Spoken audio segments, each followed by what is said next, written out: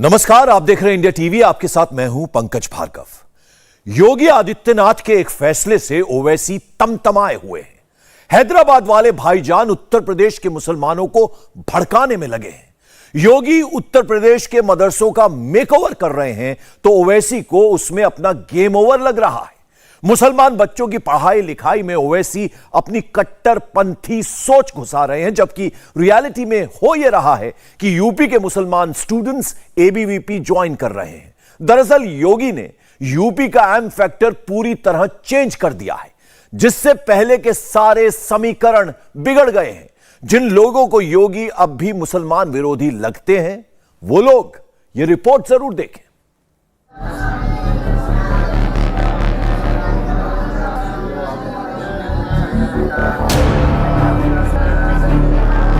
उत्तर प्रदेश में अगर मदरसों की गिनती हो जाएगी तो क्या मुसलमान खतरे में आ जाएंगे? क्या योगी आदित्यनाथ मुसलमानों को परेशान कर रहे हैं या मुसलमानों पर मेहरबान हो रहे हैं? सबसे पहले 3 हेडलाइंस देखते हैं।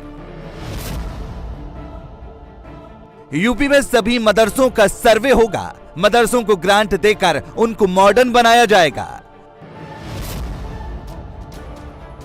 उत्तर प्रदेश में मुसलमानों को नौकरी दिलाने के लिए रोजगार मेला लगेगा। मुख्तार अंसारी और अतीक अहमद जैसे माफिया बचेंगे नहीं, लेकिन योगी राज में किसी गरीब मुसलमान को परेशान नहीं किया जाएगा। जो मुसलमान भाइयों को बेवजह परेशान करेगा वो सीधा जेल जाएगा। ओवैसी को योगी आदित्यनाथ पर यकीन नहीं है। तो स्टेट गवर्नमेंट क्यों सर्वे करा रही है? आपको लेना देना क्या है? अब आप एक ऑर्डर जारी कर दीजिए ना कि अब आप मुसलमान मत रहिए, आप कुरान मत पढ़िए, नमाज मत पढ़िए। ऑर्डर जारी कर दीजिए, वही करना चाह रहे आप। ये सर्वे नहीं है बल्कि एक छोटा एनआरसी है। ये देवबंद के मौलाना और मुफ्ती को भी योगी के इरादों पर शक है। ये मदारिस दीनिया के साथ जुल्म ज्यादती है, मदरसे वालों के साथ ज्यादती है और उम्मत मुस्लिमा पर, खासतौर से मुसलमानों पर ये जुल्म ढा रहे हैं। जगह जगह पर आसाम में भी मदरसों पर बुलडोजर चल रहा है। हुकूमत हिंद जुल्म कर रही है और ये जुल्म कतन सही नहीं है। एक तरफा इस तरह की कार्रवाई करना और एक तबके को जो है हिरासा करना या उन पर जुल्म करना, ये हिंदुस्तान का आईन और दस्तूर उसकी इजाज़त नहीं देता है। मौलाना, मुफ्ती और उलेमा को आपने सुन लिया, लेकिन यूपी के बाकी मुसलमान योगी के बारे में क्या सोचते हैं? इस सवाल का जवाब तलाशने के लिए इंडिया टीवी रिपोर्टर विशाल प्रताप लखनऊ के मुस्लिम मोहल्ले में गए। छोटे छोटे घरों में, छोटी छोटी जमीन पर, बिना किसी सरकारी मदद के मदरसे चलाने वाले, बच्चों को तालीम देने वाले हाफिज और आलिम योगी की योजना के बारे में क्या सोचते हैं, ये डायरेक्ट उन्हीं से सुनिए। मदरसों का सर्वे किया जाएगा पूरे उत्तर प्रदेश के, इस फैसले को आप लोग कैसे देखते हैं? बहुत ही बेहतर है, माशाल्लाह, बहुत उम्दा है, फैसला बहुत अच्छा है। लेकिन सरकार भी देखे कि कुछ मदरसों को भी कुछ दान योगदान किया जाए, क्योंकि मदरसा भी आगे बढ़े और हम लोग भी माशाल्लाह आगे चलें, बढ़ें और दीनी तालीम और दुनियावी तालीम दोनों चीज़ हासिल करें अच्छे से। 50 के ऊपर आ रहे हैं, एक लोग और पढ़ाने वाले भी हैं, तो फिलहाल ऐसे भी चल रहा है। तो मोहल्ले के बच्चे ही आते हैं आसपास के, या दूर से ही बच्चे आपके पास आते हैं? मोहल्ले ही से आते हैं, पढ़ के चले जाते हैं। इरादा ये है कि कुछ दिन के बाद हम इसको बना लें तो बच्चे यहाँ रह कर भी पढ़ेंगे। सरकार ने फैसला लिया है कि उत्तर प्रदेश के सभी मदरसों का सर्वे कराएगी, ताकि पता लग सके कहाँ कितने बच्चे पढ़ते हैं, किसको कौन सी सुविधा मिलती हैं। ये सरकार का फैसला ठीक है? हाँ, ये तो बहुत अच्छा है, माशाल्लाह, ठीक ठाक है, होना चाहिए। हमारा मदरसा तो तकरीबन 30 साल पुराना है। सन 1992 से हमने इसको काम किया था। पहले मस्जिद में चल रहा था, जो सामने आबादी में मस्जिद है। फिर मस्जिद से धीरे धीरे बढ़ते बढ़ते फिर हमने चंदा कुछ इकट्ठा किया, फिर ज़मीन हमने हासिल की, फिर तामीरी काम शुरू हुआ। जब बच्चों को रहने लायक यहाँ हो गया तो फिर हमने इसमें बच्चों को पढ़ाना शुरू किया है। और गवर्नमेंट से अभी हम कोई एड नहीं ले रहे हैं, इसलिए कि अभी उस मंजिल तक हम पहुँचे नहीं है। जब हमारे सारे कवानीन कंप्लीट हो जाएंगे फिर हम मदरसे के लिए जो है तो गवर्नमेंट से भी अप्लाई करेंगे इसकी मदद के लिए। यूपी सरकार ने तय किया है कि सभी मदरसों का सर्वे किया जाएगा उत्तर प्रदेश में, ताकि ये पता लग सके संख्या कितनी है, कैसे काम हो रहे हैं, नॉर्म्स को पूरा किया जा रहा है कि नहीं किया जा रहा है। इस सरकार के फैसले को आप लोग कैसे देखते हैं? इस सरकार के फैसले को हम बहुत अच्छी नज़र से देखते हैं। सरकार का बहुत अच्छा फैसला है, 101% इससे हम मुत्तफिक हैं। इससे दूध का दूध, पानी का पानी अलग हो जाएगा, क्योंकि बहुत से लोग जो है, हमने पेपर में पढ़ा और हमने सुना है कि लोग ज़मीन भी नहीं है, मदरसा भी नहीं है, सरकारी ग्रांट लोग लेकर के गवर्नमेंट के साथ फ्रॉड कर रहे हैं। तो इससे हमको जो है तसल्ली है कि गवर्नमेंट जो का कदम उठा रही है अच्छा कदम है। इससे हमारे मदरसों को फ़ायदा ही होगा, नुकसान नहीं होगा। लखनऊ के इंदिरा नगर में मदरसा चलाने वाले हाफिज योगी के प्लान से खुश हैं। यहां योगी को 100 में 100 नंबर मिलते हैं। तकरोही बाजार में मुस्लिम बच्चों को पढ़ाने वाले टीचर मदरसों की गिनती को अच्छा मानते हैं। ये भी योगी को 100 में 100 नंबर देते हैं। अमराई गांव में मदरसे के मैनेजर इसे बहुत ही जरूरी मानते हैं। यहां भी योगी आदित्यनाथ को फुल मार्क्स मिलते हैं। क्या आपको मालूम है कि ऐसा क्यों है? योगी के जिस प्लान से ओवैसी आग बबूला हो रहे हैं, उसे मदरसा चलाने वाले मुसलमान क्यों पसंद कर रहे हैं? योगी सरकार के पास मौजूद आंकड़ों के मुताबिक उत्तर प्रदेश में 16,461 मदरसे चलते हैं, जिनमें से केवल 560 मदरसों को ही सरकारी अनुदान मिलता है। उत्तर प्रदेश में पिछले 6 साल से नए मदरसों को सरकारी मदद या अनुदान नहीं मिल रहा। सर्वे होने के बाद ऐसे मदरसों को सरकारी मदद मिलने का रास्ता खुलेगा। मदरसों का सर्वे होगा तो क्या क्या पूछा जाएगा, ये जानना भी बहुत इंपॉर्टेंट है। एसडीएम, जिला बेसिक शिक्षा अधिकारी और अल्पसंख्यक कल्याण अधिकारी की टीम हर मदरसे के बारे में 10 सवाल पूछेगी। मदरसे का नाम, मदरसा चलाने वाले का नाम, मदरसा कब से चल रहा है, मदरसा प्राइवेट बिल्डिंग में है या किराए पर, मदरसे में वॉशरूम, बिजली, पानी है या नहीं, मदरसा सेफ जगह पर है या नहीं, मदरसे में कितने छात्र पढ़ते हैं, मदरसे में कितने टीचर पढ़ाते हैं, मदरसा मान्यता प्राप्त है या नहीं, और मदरसे के बच्चे क्या दूसरे स्कूल भी जाते हैं।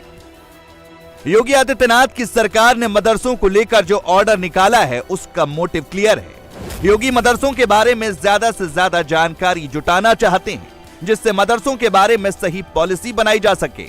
लेकिन योगी के सियासी दुश्मन इससे दूसरा टर्न दे रहे हैं। क्यों रेगुलाइज करेंगे? क्या रेगुलाइज कर नहीं क्यों क्या रेगुलाइज करेंगे आप? जो मदरसा बोर्ड के तहत उत्तर प्रदेश में, वो आपका रिकॉर्ड है। ये मदरसे से, ये जो प्राइवेट मदरसे हैं, जो मदरसा बोर्ड से रिकॉग्नाइज नहीं है, जो आर्टिकल 30 के तहत उनको राइट है, आप क्यों करेंगे सर्वे उनका? आपको क्या राइट है करने का? क्यों करेंगे आप? आप क्यों जानकारी करेंगे आप? क्या आपके सामने मदरसे चल रहे हैं, आप क्यों शक करते हो मदरसों को? आपके दिमाग में बात बैठी हुई है शक करना। आपके कल एक ऑर्डर, आप सर्वे करके बोलेंगे नहीं यहाँ पर नमाज नहीं पढ़ो मदरसे में, आप कहेंगे नहीं कुरान मत पढ़ो। अरे भाई ऑर्डर जारी कर दो ना, बोल दो, तुम सब बोल दो कि मुसलमान नहीं है। यूपी में फर्जी मदरसे चलने की शिकायत वर्षों पुरानी है। 2017 में जब योगी सरकार आई तो मदरसा पोर्टल बनाया गया। 2017 से पहले यूपी में करीब 24,000 मदरसे चलते थे, लेकिन पोर्टल बना तो करीब 16,500 मदरसों ने ही रजिस्ट्रेशन कराया। इस तरह करीब 7,500 मदरसे जो सिर्फ कागजों पर चलते थे और अखिलेश यादव की सरकार से ग्रांट ले लेते थे, उनकी दुकान बंद हो गई। मदरसों की सूरत बदलने के लिए योगी आदित्यनाथ ने वहां एनसीईआरटी की किताबें शुरू कराई, साइंस, मैथ्स, इंग्लिश, हिंदी के क्लासेस चलवाए, नकल रोकने के लिए वेब कैमरे लगाए गए, मदरसों में राष्ट्रगान शुरू किया गया, मदरसा लर्निंग ऐप लॉन्च किया गया, सेकेंडरी और सीनियर सेकेंडरी छात्रों के लिए इनाम शुरू किए, टॉप 10 छात्रों को 1-1 लाख रुपए और टैबलेट दिए। फर्स्ट स्टेज में ये सुधार उन्हीं मदरसों में लागू किए गए जिनको सरकार से पैसे की मदद मिलती है। अब मदरसों का सर्वे होगा तो गैर मान्यता प्राप्त मदरसों में पढ़ने वाले बच्चों को भी बेहतर शिक्षा मिलने का रास्ता खुलेगा। उत्तर प्रदेश की योगी आदित्यनाथ सरकार अब फर्जी मदरसों पर और नकेल कसने जा रही है। उत्तर प्रदेश में बिना मान्यता के चल रहे मदरसों का सर्वे होगा। यूपी के अल्पसंख्यक कल्याण राज्य मंत्री दानिश अंसारी हमारे साथ हैं। ये जो सर्वे है, इसकी क्यों जरूरत महसूस हुई जो मदरसे चल रहे बिना मान्यता? देखिए, उत्तर प्रदेश में हमारे मदरसा बोर्ड से एफिलिएटेड टोटल 16,513 मदरसे हैं। इसके अलावा भी अलग अलग जनपदों में ऐसे मदरसे चल रहे हैं जो मदरसा बोर्ड से एफिलिएटेड नहीं है। मंशा पॉजिटिव है, मंशा सकारात्मक है कि सरकार के पास एक रिपोर्ट, एक आंकड़ा होना चाहिए कि ऐसे कितने मदरसे हैं जो मान्यता प्राप्त नहीं हैं, वहाँ कितने स्टूडेंट्स पढ़ रहे हैं, वहाँ की इंफ्रा की स्थिति क्या है, वहाँ कितने टीचर्स हैं, वहाँ का करिकुलम क्या है। ये सारी चीज़ें, ये सारी जानकारी होना सरकार के पास आवश्यक है, क्योंकि सरकार कोई भी नीति बनाती है, कोई भी योजना बनाती है, उसमें ये आंकड़े बहुत इम्पोर्टेंट होते हैं। जो सर्वे का काम होगा किस तरह से करेंगे आप, जो मदरसे बिना मान्यता के चल रहे हैं? देखिए, सर्वे ग्राउंड पे लेवल पे होगा, जिसमें तहसील स्तर पे एसडीएम होंगे, हमारे डिस्ट्रिक्ट माइनॉरिटी ऑफिसर होंगे और हमारे बेसिक शिक्षा अधिकारी होंगे। 10 सितंबर तक ये टीम बनेगी और ये टीम अक्टूबर में अपनी रिपोर्ट एडीएम के माध्यम से डीएम को देगी और जिला अधिकारी 25 अक्टूबर तक ये सारी रिपोर्ट शासन को भेजेंगे। इस रिपोर्ट को आने के बाद हम शासन स्तर पर इसकी मीटिंग करेंगे और हम देखेंगे कि हमको आगे किस दिशा में काम करना है। योगी के मंत्री कहते हैं कि मंशा एकदम करेक्ट है। योगी के सियासी दुश्मन सबसे पहले योगी की मंशा पर ही सवाल उठाते हैं। असदुद्दीन ओवैसी हैदराबाद में बैठकर तीर छोड़ते हैं तो यूपी में उनके शागिर्द विरोध का झंडा उठाते हैं। ये विरोध क्यों कर रहे हैं ये मालूम नहीं, फिर भी योगी कुछ कर रहे हैं तो उनका विरोध करना है। सर्वे पूर्णतया गलत है इनका, क्योंकि सर्वे क्या इनकी पुलिस तो हर जगह रहती है, सर्वे तो पुलिस पर डे करती है, उसमें कोई दो राय नहीं है। और सर्वे मेरे मुताबिक ये सरकार भी कोई चाल है कि सरकार इसके खिलाफ भी कोई एक्शन लेना चाहती है कि किसी तरीके से मुस्लिम बच्चों को उनकी शिक्षा से दूर किया जा सके। फैसला तो उनका गलत है, उनकी नीयत साफ नहीं है ना। मुसलमान के खिलाफ जिस तरह ये लोग कोई ना कोई बहाना लेके आते हैं। अब जो ओवैसी साहब ने कहा मिनी एनआरसी ला रहे हैं, वो बैरिस्टर हैं, वो कानून से बेहतर जानते होंगे, तभी ये बात कही है। हम लोग इतने बड़ा कानून नहीं जानते हैं, लेकिन वो कानून बेहतर जानते हैं। उन्होंने अगर कोई बात कही तो बिल्कुल सही कही होगी। आम इंसान की तरह आपकी क्या सोच है? वो तो चलिए बैरिस्टर साहब उन्होंने अपनी बात बताई, आप उनकी बात से कितना इत्तेफाक रखते हैं? देखिए, अगर इनकी सरकार की नीयत सही है तो करें अपना, अदरवाइज नीयत तो वही तो सही नहीं लगती इनकी। आपको सरकार की नीयत पर सवाल है? बिल्कुल गलत तरीके से किया जा रहा है और ये सर्वे उनके पास ऑलरेडी मौजूद है कि कितने मदरसे हैं, क्या है, कहाँ नहीं है। तो उन मदरसों का सर्वे कराने का कौन सा औचित्य बनता है? किसी तरह का औचित्य नहीं बनता है। यह सरकार की नीयत जो कि साफ नहीं है, साफ न होने की वजह से सरकार इन मदरसों को बंद करा देना चाहती है और ख़ास करके एक वर्ग विशेष के लोगों के मदरसे बंद कराना चाहती है। जो विरोध में है वो विरोध ही करेंगे, इसीलिए योगी आदित्यनाथ ऐसे विरोध की परवाह नहीं करते। योगी ने आज यूपी के उन जिलों का दौरा किया जहां 40% से ज्यादा मुसलमान हैं। पहले मुरादाबाद में, फिर बिजनौर में योगी आदित्यनाथ ने डेवलपमेंट का बैरोमीटर चेक किया। यहां विकास होगा तो हिंदुओं का भी फायदा होगा, मुसलमानों का भी फायदा होगा। कि बिजनौर का समग्र विकास डबल इंजन सरकार की प्राथमिकता है। बिजनौर के नौजवानों को रोजगार उपलब्ध कराना इस सरकार की प्राथमिकता का हिस्सा है। सरकार ने तय किया है, हम एक मैपिंग करा रहे हैं हर परिवार का, जिस परिवार को अब तक नौकरी रोजगार नहीं मिला है, राज्य सरकार उन्हें नौकरी और रोजगार के साथ जोड़ने के बड़े कार्यक्रम को आगे बढ़ाना चाहती है। और उस कार्यक्रम के तहत भी मैं आज आपके जनपद बिजनौर में आया हूं। आपने विकास की जिस प्रक्रिया के साथ जुड़ करके बिजनौर को एक नई दिशा की ओर अग्रसर किया है, इसके लिए पूरे बिजनौर वासियों का अभिनंदन है। मुरादाबाद में आज एक अद्भुत तस्वीर देखने को मिली। योगी के साथ मीटिंग में यहां के समाजवादी पार्टी सांसद एसटी हसन भी दिखे। एसटी हसन सपा के 5 विधायकों के साथ योगी आदित्यनाथ से मिलने सर्किट हाउस आए। काली गाड़ियों में सपा के सांसद और 5 विधायकों को देखकर खुसुर फुसुर बातें भी हुई, लेकिन एसटी हसन ने योगी से मुलाकात के बाद अपनी पोजीशन क्लियर कर दी। मुरादाबाद के विकास कार्यों के लिए सारे विधायकों ने और हमने उनको अपने सजेशन भी दिए हैं और प्रस्ताव भी दिए हैं। मुख्यमंत्री जी ने उसे बड़े गौर से सुना है और हमें उम्मीद है कि जो भी हमने प्रस्ताव दिए हैं वो उत्तर प्रदेश में और खासतौर से जनपद मुरादाबाद में लागू किए जाएंगे और एक बड़ा फायदा जनता को होगा। पश्चिमी उत्तर प्रदेश में एक भी एम्स नहीं है। अगर ये एम्स मुरादाबाद के अंदर स्थापित कर दिया जाए तो यहाँ के लोगों को बहुत बड़ी सहूलत। मुख्यमंत्री जी सबके मुख्यमंत्री हैं, हमारे भी हैं और पूरी जनता के भी हैं। हमने जो शिकायतें हैं वो मंजर आम पे हम नहीं कह सकते, जो बात हुई है, लेकिन सबके साथ इंसाफ का वायदा मुख्यमंत्री जी ने करा। योगी आदित्यनाथ के अपने शहर गोरखपुर से आज एक खबर आई। योगी के ऑफिस ने भी इसकी तस्दीक की।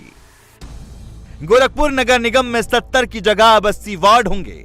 परिसीमन ने ज्यादातर मुस्लिम नाम वाले वार्ड्स के नाम बदल दिए गए हैं। अलीनगर, तुर्कमानपुर, दाऊदपुर, मियां बाजार, मुफ्तीपुर, शेखपुर और जाफरा बाजार जैसे वार्ड अब इतिहास बन गए हैं। जो लोग योगी की लाइन पर सवाल उठाते हैं उनके लिए भी मैसेज क्लियर है। योगी कट्टर हिंदुत्व वाली लाइन छोड़ेंगे नहीं, मगर मुसलमानों से दुश्मनी भी नहीं रखेंगे। योगी के लिए अशफाक उल्ला खान सही है, फिराक गोरखपुरी से योगी को तकलीफ नहीं है। उनके नाम पर गोरखपुर में नया वार्ड भी बनाया गया, लेकिन औरंगजेब किसी भी कीमत पर मंजूर नहीं है। देश भर में पिछले कुछ दिनों से सरतन से जुदा का नारा चल रहा है। यूपी में शांति है क्योंकि यहाँ मुख्यमंत्री योगी आदित्यनाथ हैं। उत्तर प्रदेश में कानून का राज है। जो भी कानून को छेड़छाड़ करेगा ऊपर उठेगा, वो घर से खींच कर मारा जाएगा। उत्तर प्रदेश में कानून का राज है। किसी गरीब, किसी दलित, किसी शोषित वंचित या किसी उत्तर प्रदेश के किसी व्यक्ति को भी तनिक भी परेशान नहीं किया जाएगा। कानून का राज है और कानून का राज रहेगा। यूपी में योगी के होने का इफेक्ट क्या है और मुसलमानों में योगी पर भरोसा कितना है, इसका टेस्ट करना हो तो आपको वाराणसी लेकर चलते हैं। हिंदू आस्था के सबसे बड़े केंद्र में मुस्लिम मदरसों में पढ़ने वाले छात्र भी एबीवीपी की मेंबरशिप ले रहे हैं। यूपी में मदरसों को लेकर एक बहस चल रही है, मदरसों का ऑडिट हो रहा है, वहीं एबीवीपी मदरसों में विस्तार कर रही है। इस वक्त हम दारुल इस्लाह मदरसे वाराणसी में मौजूद हैं, जहां बुधवार को एक कैंप लगाया गया जिसमें 150 से ज्यादा छात्रों ने एबीवीपी की सदस्यता ली। तो सवाल इनसे ही बनता है, सर आपका नाम क्या है और इस मदरसे की कौन सी क्लास में आप पढ़ते हैं और ये आयोजन क्या था?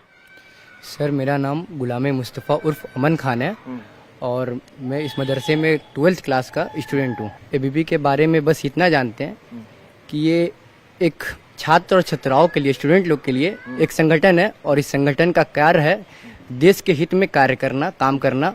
और हम भी समाज के काम के साथ काम करना चाहते हैं, कार्य करना चाहते हैं और अपने साथ जितने भी मेरे कहने पे सदस्यता लिए हैं मुस्लिम बच्चे और बच्चियां 130 लोग, हम उनको अपने साथ लेके एक समाज के भले के लिए और देश के लिए कार्य करना चाहते हैं। अच्छा, समाज के भले और देश के लिए। मैम आपका नाम क्या है? नुसरत जहां, अखिल भारतीय विद्यार्थी परिषद मैंने ज्वाइन किया है। तो मैम एक आम मान्यता ये है कि बीजेपी के संगठनों से मुस्लिम नहीं जुड़ते, जबकि ये बीजेपी का छात्र संगठन है, तो आपके मन में कोई ऐसी शंका नहीं थी? नहीं, ये कोई राष्ट्रीय हित से जुड़ा हुआ नहीं है, ये ऑल इंडिया है, इसलिए मैं अखिल भारत। मैं 12 में पढ़ती हूँ, मेरा नाम शैनुल फातिमा है। अमन भाई जी के कहने पे मैंने मतलब ये एबीवीपी के बारे में इन्होंने मुझे मतलब विवेकानंद के बारे में बताया कि स्वामी विवेकानंद जी, उनके बारे में इन्होंने बताया, तो इसलिए मैंने इसको ज्वाइन किया, हमको अच्छा लगा। एबीवीपी क्यों आपने ज्वाइन किया, किस सोच के साथ? ये एबीवीपी जो भी है ये देश के कार्य के लिए है, ये किसी के घर के कार्य के लिए नहीं है, ये पूरी दुनिया के लिए है। जो लोग मानते हैं कि भाई मुस्लिम बीजेपी के साथ नहीं है, इस उनको क्या कहना चाहेंगे? तो क्या ये बीजेपी सरकार ऐसे ही जीत गई? मुस्लिम ने सपोर्ट किया इसीलिए तो जीती। चाहते अगर मुस्लिम नहीं चाहते तो फिर ये बीजेपी सरकार आती ही क्यों? एक जमाना था जब देश में कहीं भी हिंदू मुसलमान होने पर काशी में पारा हाई हो जाता था। अब यहाँ हर तरफ शांति रहती है। योगी के नाम पर गरीब और पसमानदा मुसलमानों को बरगलाने वाले नेता योगी से इसलिए खफा रहते हैं क्योंकि योगी ने उनके माया जाल को ध्वस्त कर दिया है।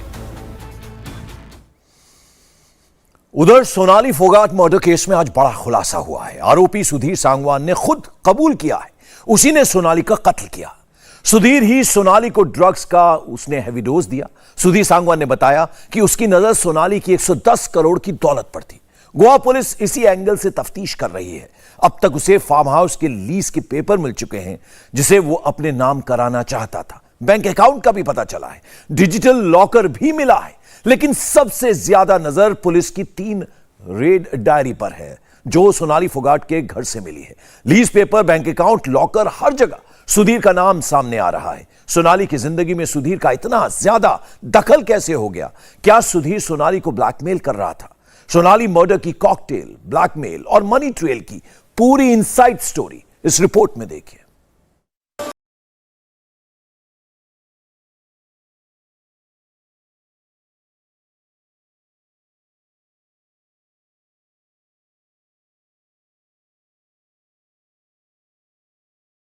टॉक स्टार, एक मैनेजर, एक बॉडीगार्ड, एक फार्म हाउस, एक कोठी,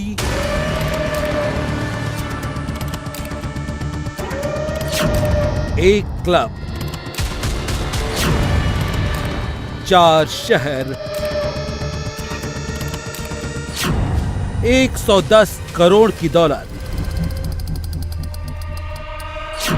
बहुत बड़ी साजिश। 2 बूंद ड्रग्स की और हाई प्रोफाइल मर्डर।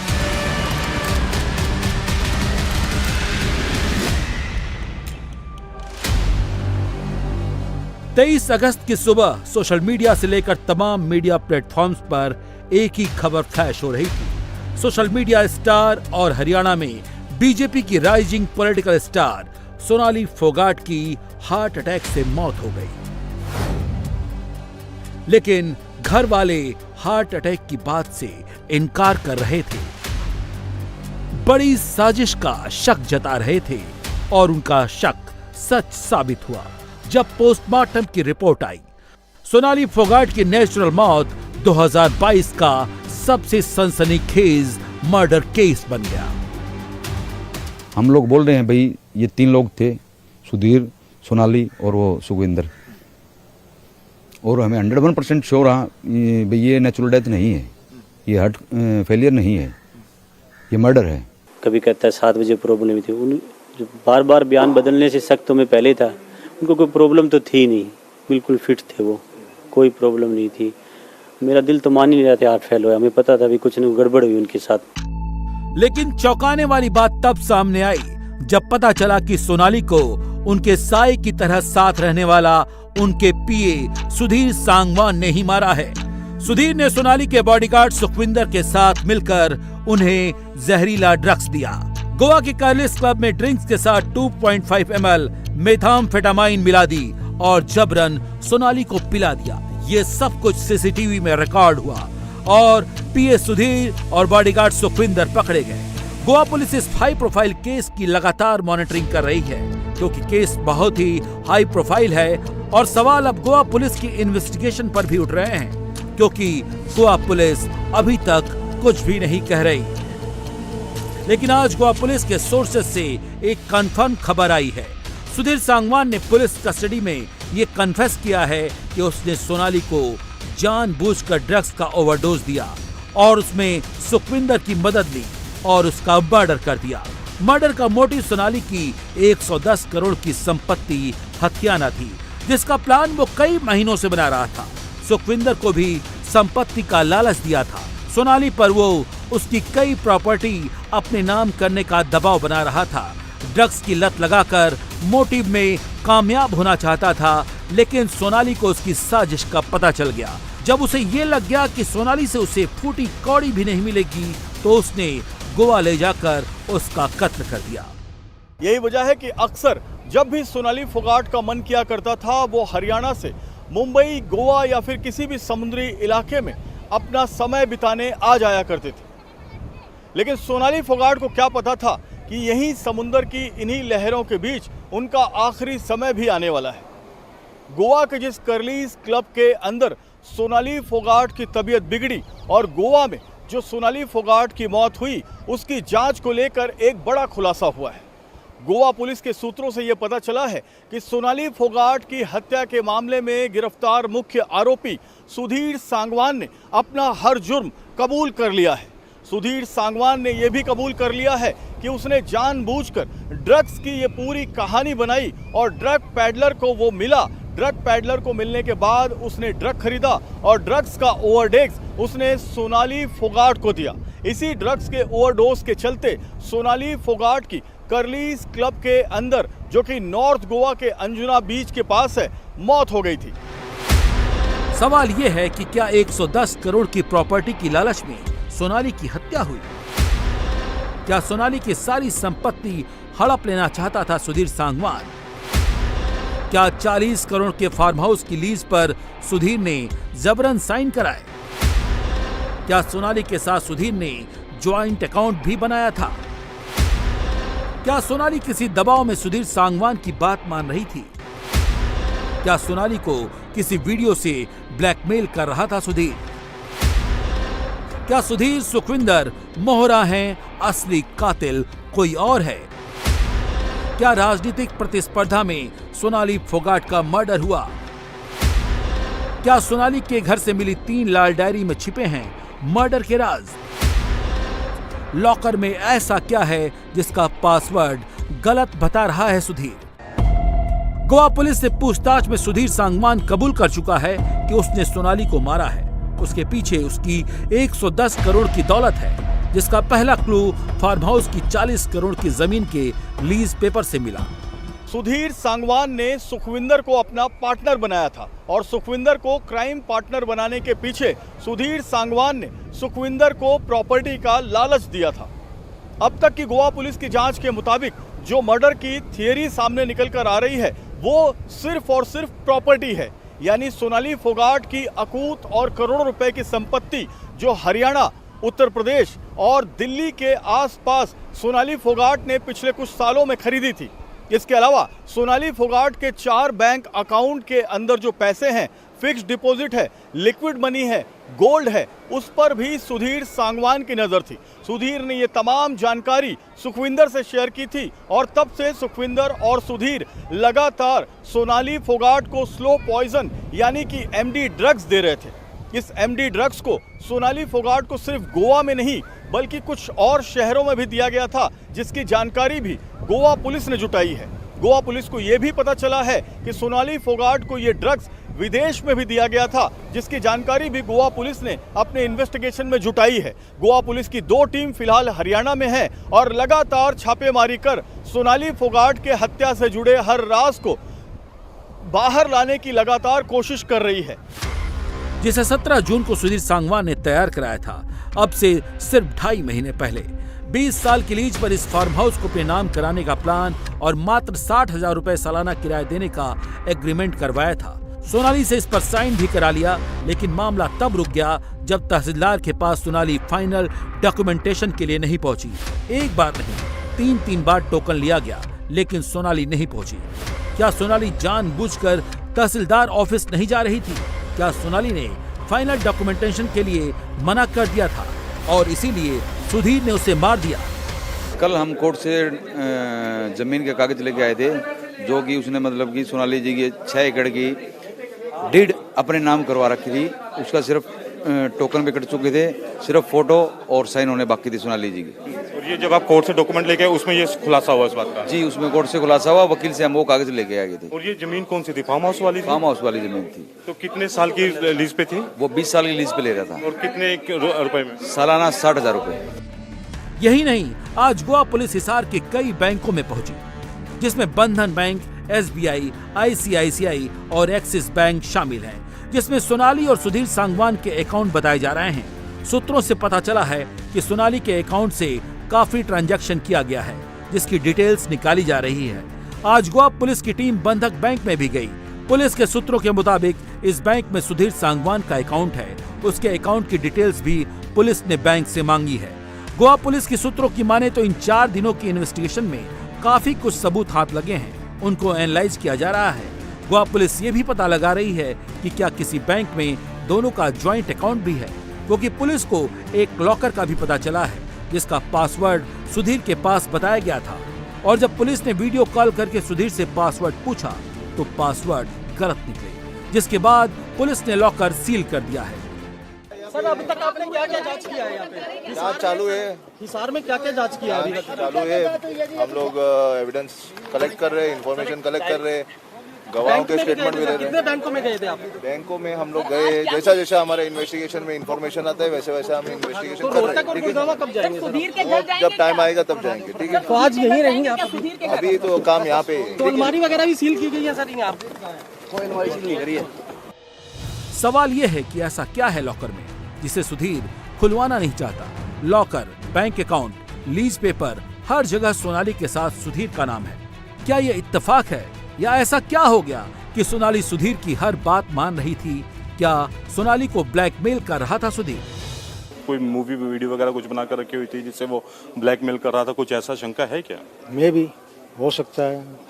अब तो ये गोवा पुलिस उस बारे में इन्वेस्टिगेट करेगी तो ही पता लगेगा, वही बताएगा कि क्या कुछ मैंने किया था, वो इतना क्यों उसके इन्फ्लुएंस में थी, क्योंकि हमें कभी उन्होंने इस चीज़ के बारे में डिस्कस किया नहीं। हमने एक दो बार पूछा भी था लेकिन बोला जी सब ठीक चल रहा है। आपकी बात हुई थी इस बारे में? पूछा था, अभी इतना कुछ हो रहा है, कई लोगों ने शिकायत करी, मैंने भी शुरू में बोला था, हल्के के लोगों ने भी बोला था, लेकिन वो पता नहीं क्या था, समझ नहीं पाई इस बात को। तो क्या सोनाली फोगाट के मर्डर में कॉकटेल, ब्लैकमेल, मनी ट्रेल का खेल हुआ? पुलिस अब पता लगा रही है कि कॉकटेल और मनी ट्रेल के पीछे क्या ब्लैकमेलिंग की कहानी है, क्योंकि घर वालों को इस बात का सबसे ज्यादा शक है। गोवा में मौजूद गोवा पुलिस हिसार में अपनी टीम से लगातार कांटेक्ट में है। एक एक चीज का वेरिफिकेशन सुधीर से कराया जा रहा है। 1 सितंबर को गोवा पुलिस सोनाली की कोठी नंबर 68 में पहुंची। जांच के बाद तुरंत निकल गई थी, लेकिन 24 घंटे बाद फिर कोठी नंबर 68 में आई और इस बार जब निकली तो उसके हाथ में 3 लाल डायरी और एक डिजिटल लॉकर का पता चला, जिसका पासवर्ड सुधीर के पास था। वीडियो कॉल में सुधीर से पासवर्ड की जानकारी मांगी गई। सुधीर ने दोनों पासवर्ड बताए, लेकिन दोनों गलत निकले। लेकिन सबकी निगाह लाल रंग की 3 डायरी पर रुक गई है, जिसमें कई राज छिपे होने की बात कही जा रही है।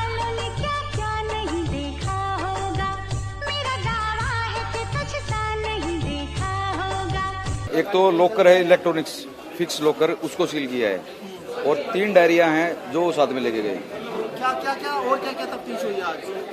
और तो मतलब कल से ज्यादा थोड़ी बारीकी से की है, देखा है सभी चीजों को, बैगों को, सूटकेसों को, अलमारियों को। तो आपको क्या लगता है कि किस तरह से जांच किस तरह से चल रही है? जांच तो देखो, ये तो अपनी ड्यूटी करने के लिए इधर आए हुए हैं। असली जांच तो सुधीर साहब बैठा है, वही बताएगा क्या मैटर। ये आप सुन रहे थे जो अमन पुनिया हैं, सोनाली फोगाट के जीजा जी हैं, कि उन्होंने आज डायरियां चेक की हैं, यहाँ पर बारीकी से जांच की है, अलमारियां यहाँ पर खंगाली हैं और लॉकर है यहाँ पर जो घर के अंदर, उसको भी यहाँ पर सील करके गए हैं।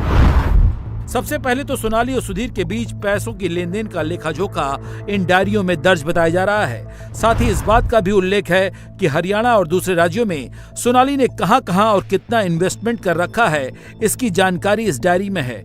इसके अलावा सोनाली की आमदनी और खर्चों का भी जिक्र इस डायरी में है। सूत्रों का ये भी कहना है कि डायरी में कुछ राजनेताओं और अफसरों के नाम और उनके फोन नंबर दर्ज हैं। सोनाली राजनीति में सक्रिय थी, इसलिए कई कार्यकर्ताओं के नाम और नंबर भी डायरी में हो सकते हैं। इसके अलावा सोनाली के अपॉइंटमेंट की भी डायरी में जानकारी है, यानी सोनाली को कब किससे मिलना है, इस बात का भी डायरी में जिक्र हो सकता है। सोनाली ने कब किसे कितने पैसे दिए, इस बात का भी डायरी में जिक्र किया गया है।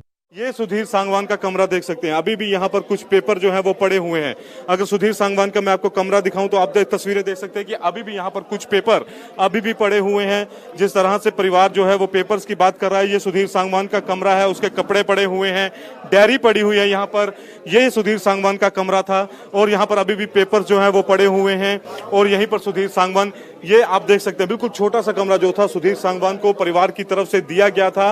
और ये सुधीर सांगवान का ये रूम, अभी भी यहाँ पर पेपर जो है वो पड़े हुए हैं यहाँ पे, और यहाँ पर बकायदा फोटोग्राफ्स जो है सोनाली फोगाट की यहाँ पर लगी हुई हैं। और अभी भी यहाँ पर पिछले 3 से 4 साल से सुधीर सांगवान इसी कमरे में रह रहा था। अभी भी यहाँ पर डॉक्यूमेंट्स, उसके शूज जो है सुधीर सांगवान के, ये तमाम जो सामान है ये उसका पड़ा हुआ है यहाँ पर सुधीर सांगवान का। ये आप तस्वीरें इस वक्त देख रहे हैं तो जाहिर तौर पर यहाँ पर इस वक्त ये पहली तस्वीर जो है इस समय सोनाली फोगाट के घर के अंदर की तस्वीर आप देख रहे हैं इंडिया टीवी पर। सुधीर अभी तक प्रॉपर्टी के लिए ही सोनाली को ड्रग्स के हैवी डोज देने की बात कर रहा है, लेकिन घर वाले सीबीआई जांच की मांग कर रहे हैं, क्योंकि जिस तरह से सोनाली की सियासत में सुधीर दखल देने लगा था, वो भी कई सवाल खड़े कर रहा है। जो उसका एक्टिविटीज थी आदमपुर हल्का के लोगों के प्रति, परिवार के प्रति, और जो वर्कर थे, धीरे धीरे हर आदमी को उसने साइडलाइन लगा दिया। वो सिर्फ अकेला ही सब कुछ हैंडल करता था। तो इससे तो हमें शक जाहिर हो रहा है कि धीरे धीरे वो पॉलिटिकल करियर भी खत्म करना चाहता था।